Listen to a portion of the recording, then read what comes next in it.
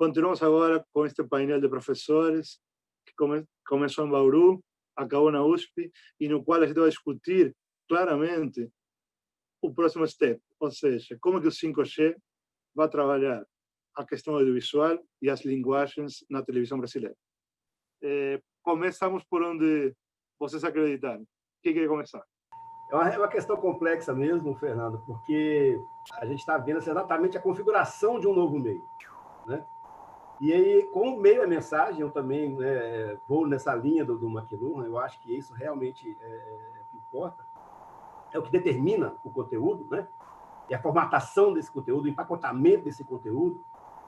Por isso que eu vou um pouco, assim, eu sou um pouco divergente da opinião do professor Almir, né?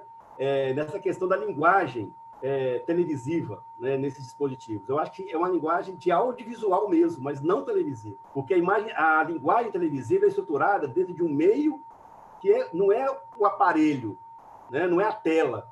É como ele chega na casa da gente, que são as ondas eletromagnéticas, é a radiodifusão. Por ele ser de radiodifusão, ele é generalista, ele é aberto, e ele tem um compromisso ainda maior com a audiência, de engajamento com a audiência daquele determinado horário. A estrutura da televisão toda ela é focada nessa questão. Quantas pessoas eu vou poder atingir e quantas pessoas eu vou ter naquele momento do meu programa para poder comercializar esse espaço. Então, isso influencia o jornalismo, na sua hierarquia das notícias, no tempo das matérias, influencia na linguagem da novela, que é em ganchos, para que no outro dia você pode assistir. Ela, nos formatos e gêneros que são totalmente diferentes, né? Não há um outro meio com tantos formatos como auditório, esporte, entretenimento, né? Ficção, documentários. Não há um outro meio que embarque essa diversificação toda, né?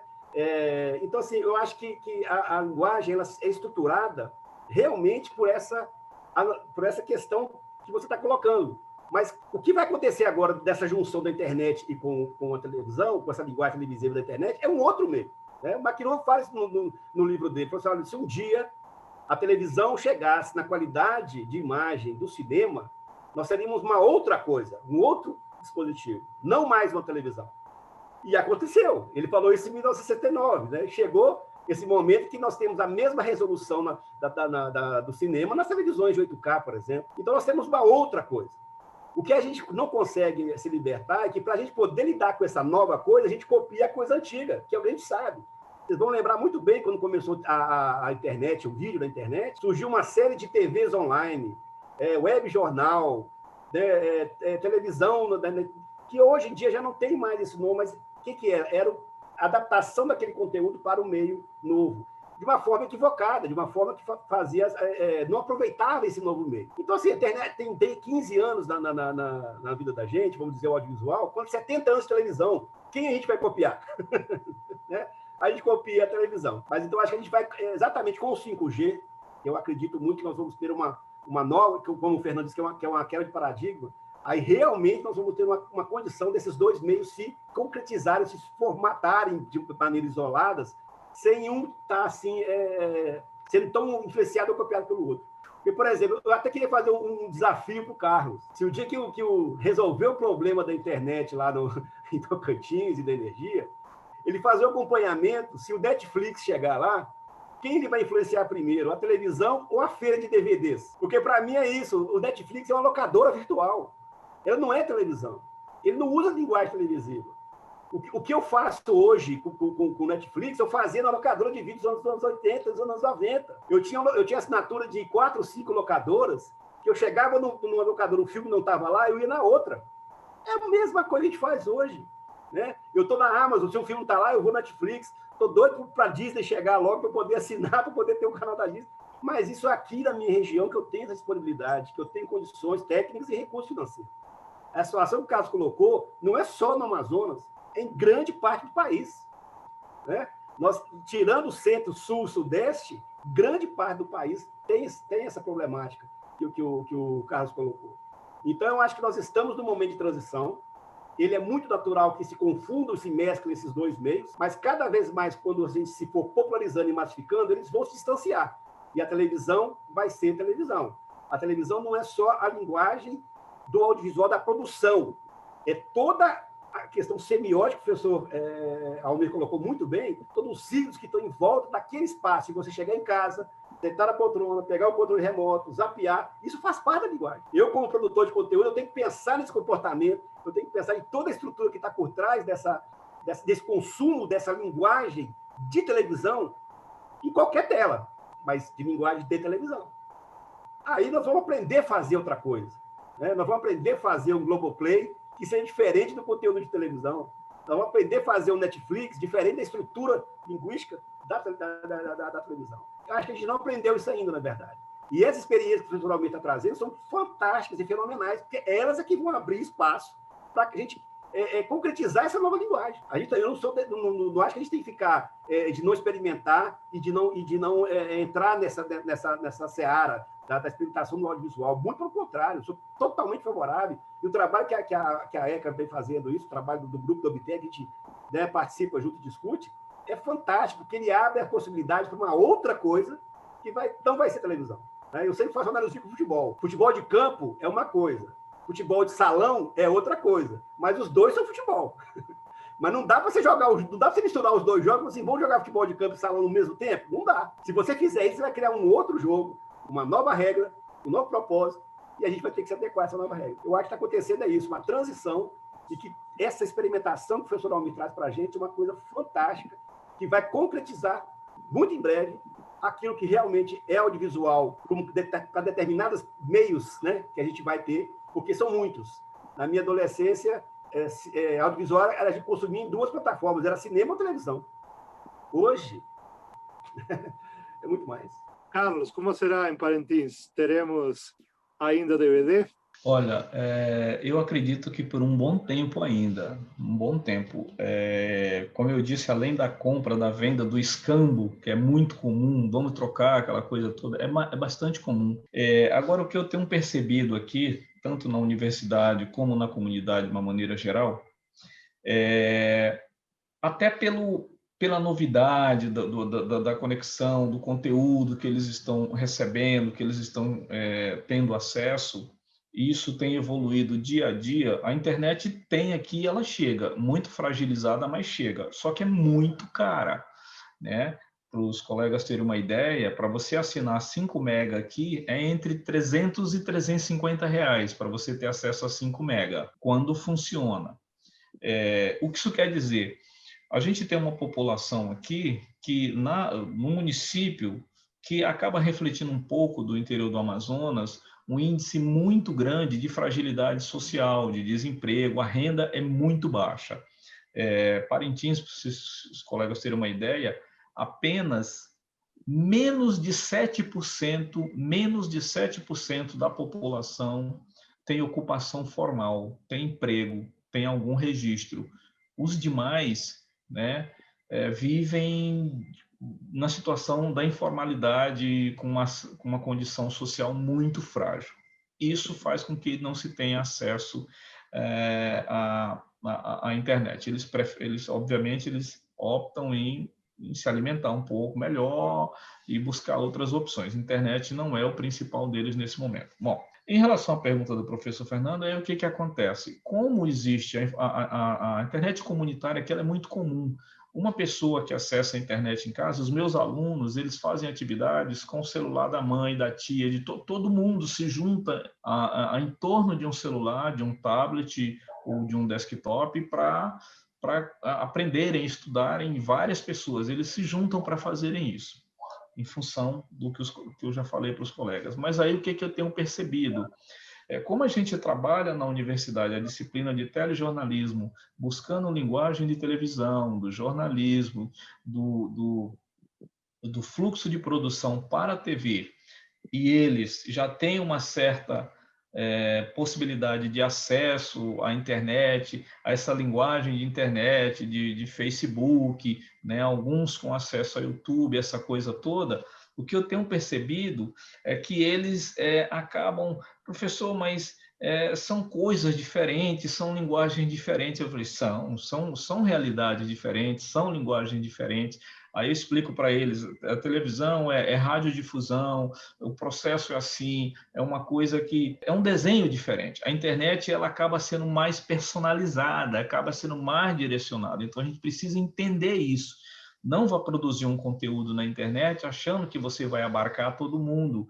Mas eu faço jornalismo, eu falei, por isso que você precisa tomar cuidado. Produza o seu conteúdo, se você quer disponibilizar ele numa plataforma como o Facebook, que aqui tem uma certa, uma presença muito grande, se você quer fazer telejornalismo usando plataforma como o Facebook, cuide, porque você vai deixar um material ali que vai ficar sob demanda, vai ficar armazenado, mesmo que você queira trabalhar telejornalismo, cuidado com a temporalidade, cuidado com a linguagem, cuidado com quem vai consumir esse seu conteúdo. Se você quer fazer, então pense que você está fazendo alguma coisa com a linguagem, com a concepção de televisão, de telejornalismo. Então, eles acabam... É um processo lento, é um processo de muito convencimento, é um processo de muito cuidado. Mas... o que eu percebo, eles têm muita boa vontade, muito cuidado.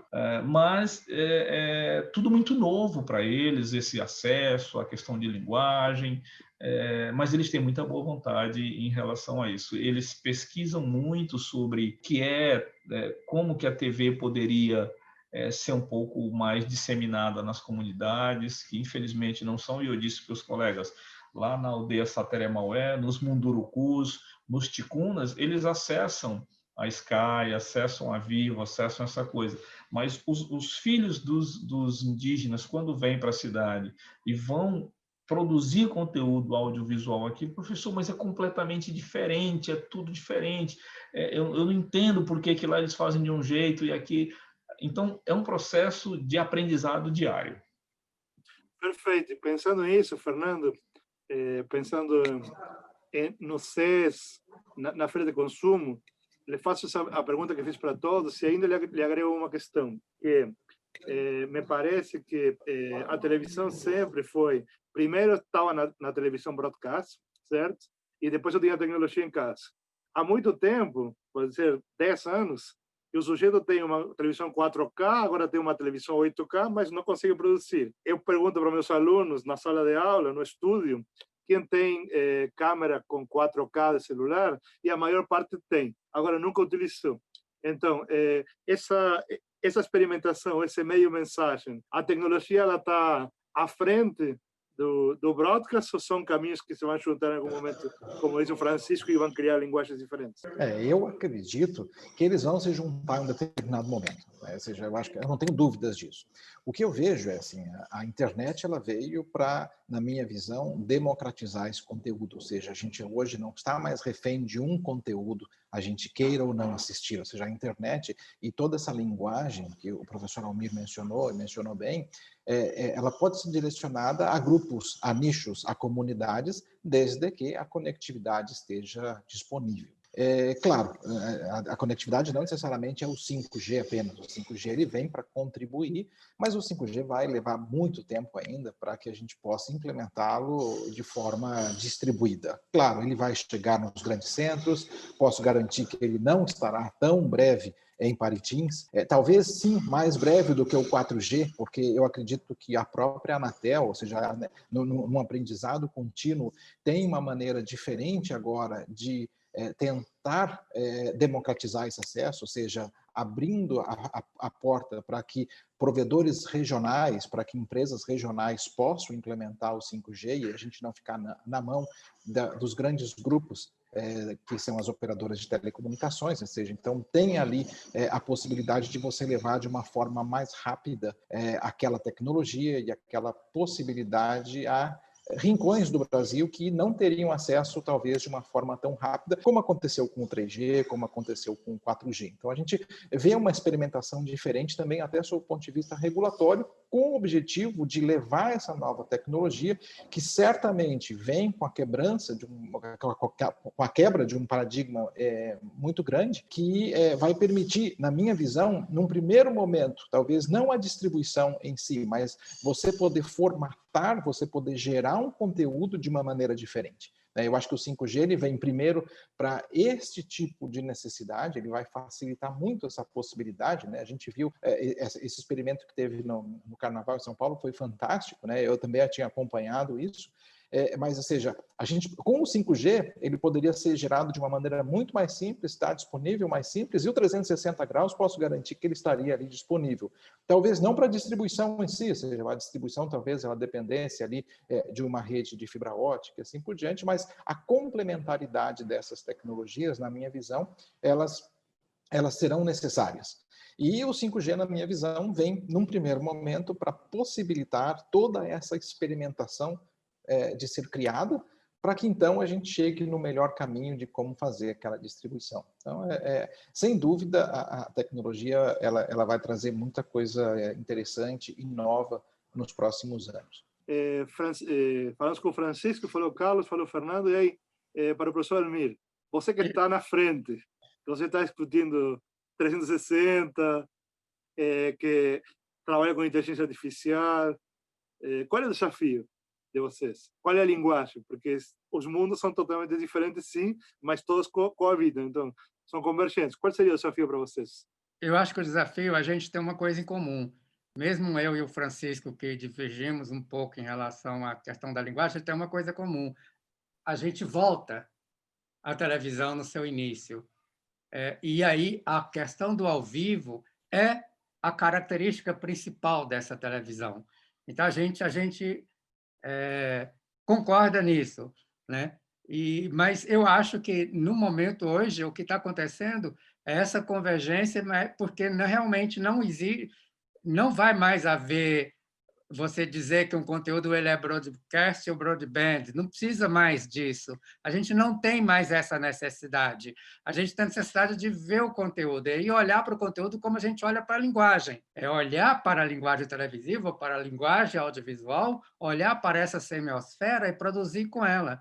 E aí as ferramentas, como o professor o Fernando Gomes falou, o 5G ele vai permitir coisas que a gente ainda não tem condições de fazer agora. E jogar um 360 ao vivo na televisão vai ser possível, né? E isso é possível. E, ao mesmo tempo, a gente não sabe se isso que está indo lá é um 360, mas ele não é televisão, mas ele é televisão, ele pode vir em ondas de radiofrequência, mas ele pode vir pelo protocolo IP, entendeu? Nós temos, para o público, não interessa de onde ele vem. Para um público, interessa o que ele é e como ele se relaciona com esse conteúdo. Perfeito. Preciso fechar, porque acabou nosso tempo, mas a questão seria pensar, me parece, que, de novo, digo aos alunos, televisão é é uma tela. Televisão é um dispositivo no qual você acessa conteúdos. Uma coisa que eu finalizo aqui é que, como o professor Francisco falou, a Netflix aluga muita coisa, né? Então, por exemplo, os maiores sucessos das operadoras das plataformas OTT acabam por ser séries que foram feitas na televisão há 15, 20 anos atrás. Então, minha mulher e minha filha acabaram de ver ontem Gilmore Girls, que tem 15 anos. E minhas sobrinhas viram Grey's Anatomy e assim vamos. Ou seja, em definitiva, o que estamos falando são de novas formas de distribuição de conteúdos que vêm de algum lugar. Para mim, eu não sou Negroponte, não sou McLuhan, não sou Jenkins, sou uma mistura de todos e digo que, em definitiva, o que precisamos é produzir conteúdos. E se há uma coisa que é verdade, é que hoje é mais fácil produzir conteúdos do que quando, por exemplo, o Fernando, o professor, começou a trabalhar. Quando eu comecei a trabalhar lá na Argentina, em 1995, era com uma câmera que custava $20.000, e se não havia isso, não havia outro. E hoje a gente comprovou que pode trabalhar com o celular e avançar com ele e produzir conteúdo audiovisual. Então, talvez o resumo seria, se me permitem, que o broadcast e o broadband, eles são formas de distribuição, os conteúdos que produzimos são conteúdos. Se são relevantes, o professor Francisco transmitirá na TV, o Fernando colocará numa rede de 5G o professor Carlos colocará numa pendrive e levará para a aldeia, e o professor Almir fará experiências, como eu falo, de ficção científica. Agora, para cada uma terá um público no qual poderemos assistir. E o mais interessante de tudo, me parece, é isso. Públicos cada vez mais fragmentados, mas cada vez mais interessantes e com vontade de assistir. De fato, no Brasil, as pessoas assistem mais televisão aberta hoje que antes da pandemia e assistem mais televisão aberta hoje que há 10 anos atrás. Então, a coisa continua sendo relevante. Agradeço a todos pela presença, desculpem o tempo, obrigado a todos. Acho que juntamos vários lugares do país, foi longo, difícil, mas é como a internet, é um aprendizado. Obrigado a todos. Hein? Obrigado, Fernando, obrigado, Sete. Obrigado, colegas. Eu agradeço ao professor Fernando. Para mim é sempre um prazer aprender com os colegas, estar junto dos colegas, e estendo o convite para que os colegas tenham a oportunidade de virem conhecer não é conhecer Manaus. Manaus está lá, a metrópole da Amazonas. Venham conhecer a Amazônia, o interior da Amazônia. Vocês vão descobrir coisas interessantíssimas no aspecto cultural, gastronômico. Sintam-se convidados para virem conhecer o interior do Amazonas, da Amazônia. Francisco, mais uma vez, obrigado pelo painel. Acho que continuamos produzindo conteúdo. Obrigado a todos. Até logo. Obrigado.